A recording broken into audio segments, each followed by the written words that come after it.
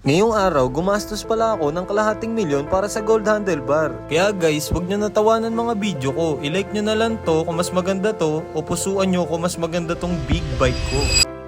Grabe, sobrang tibay ng motor ko. Ayan, nasira yung semento. Kung parts ng Raider yan, wala na. Sira na. Kung mga nag-i-indo concept yan, wala kasi mga tanga. O hirap na hirap si Kuya Russell. Ayan, sinukat guys sa ganyan. Sa mga naka-Raider, walang ganyan kasi mga Bisaya kayo. Handlebar ko pa lang. Buong motor nyo na. Pati gulong ko nilagyan na ng nitro para iwan lahat na naka-Raider ng mga Bisaya. So guys, ngayong araw, samahan nyo ako. O diba mukhang tanga mag voice over, pero okay lang, wala akong pakialam. Kingin nakakabitan ko ng kalahating milyong handlebar yung big bike ko. O tiga mo, ko, okay lang yan. Basta mahalaga, ayan, inaayos na yung motor ko. Sobrang tigas, napaka vintage kasi ayun guys, yung kalahating milyon worth na gold handlebar, 24 karat. Ayan, tinatanggalan ni Kuya Russell. Kasi guys, yung mga ganitong motor, kailangan ng lakas ng mekaniko kasi pag mga Raider, mga Indo concept, wala ayan ginagamit kasi pang tanga, 'di ba? Mga Pinoy kayo, Indonesian ba kayo? Gumagamit ba kayo utak? Ayan, pinapantay na ni Kuya Russell, pinapantay na ng maayos. Ayun, okay ah. Sige guys, ayan tinansya niya guys. May tantiameter talaga siya diyan guys, ginagamitan niya yan ng tantiameter kasi dapat pantay yan. Kasi alangan naman tabingi. Magdadrive ka paliko, 'di ba? Tabing hindi naman pwedeng ganoon kaya tatantyameter ni Kuya Russell 'yan. Napakagaling na mekaniko niyan, guys. Mare-recommend ko po. Maniningil po 'yan, tama lang po yung presyo, hindi po siya nang uuto. Okay, pag wala kayong alam sa motor, pwede kayong magtanong. Tinansya niya talaga ng mabuti.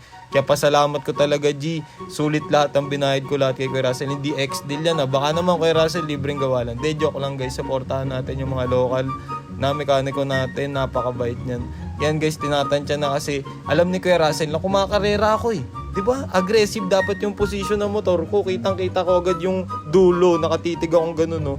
O 'di ba parang ang tamang voice over, pero wala nga akong pakialam kahit anong sabihin niyo. Uy, ayan guys, nilapat na yung gold. Kung makikita nyo guys, kumikinang-inang sa araw yan, no.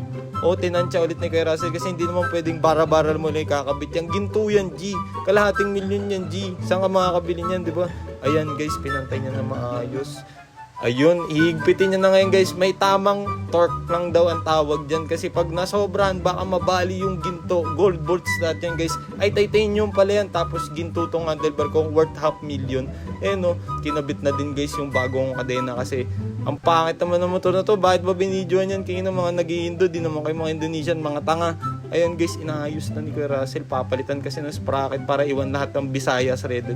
Bay, wag mo naman na yun, bay. Aray ko, kailangan ba talaga gawin yan guys sa mga ganyang motor? Kaya na sobrang tigas kasi ng motor ko eh. Vintage ganyan talaga pag mga vintage, di sobrang tibay. Isipin mo, kung sa Raider gawin yan, o sa mga nag-i-Indo concept na click, wala na, sira na. Kasi plastic yung kaha. Kinginan nyo sa akin, bakal yan, carbon fiber yan. Ayan, ginigrill ba o ginagrind? Ewan ko kung ano tawag niyan. Bahala kayo sa buhay nyo. Basta ginagawa niyan. Ayun guys, kinabit na yung titanium natin na kadena. Ayan guys, at yung black gold.